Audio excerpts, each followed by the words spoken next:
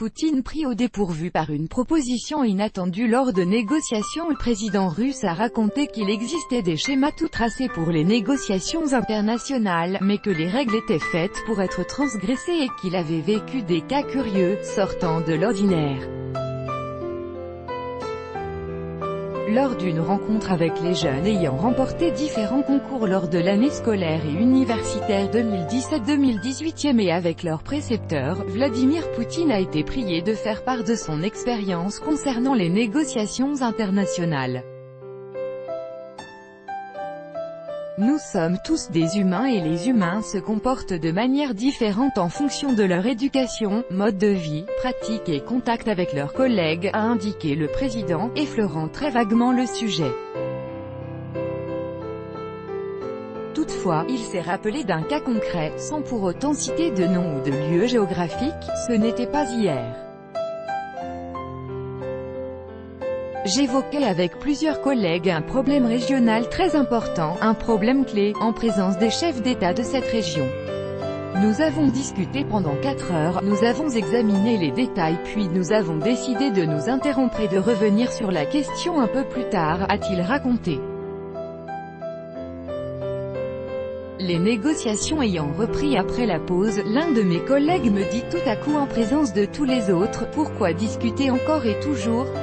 On pourrait s'entendre entre nous, toi et moi, et eux, ils accepteront, qu'est-ce qu'ils pourront y faire, a indiqué Vladimir Poutine. Il a reconnu que ce moyen de régler le problème était tout à fait inattendu, et l'avait pris au dépourvu.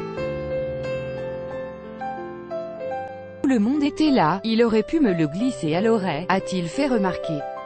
Il a confié avoir refusé une proposition si séduisante parce qu'il devrait encore travailler avec ces personnes qui avaient toutes des intérêts légitimes devant être pris en compte, sans quoi aucune solution ne serait assez fiable ni stable.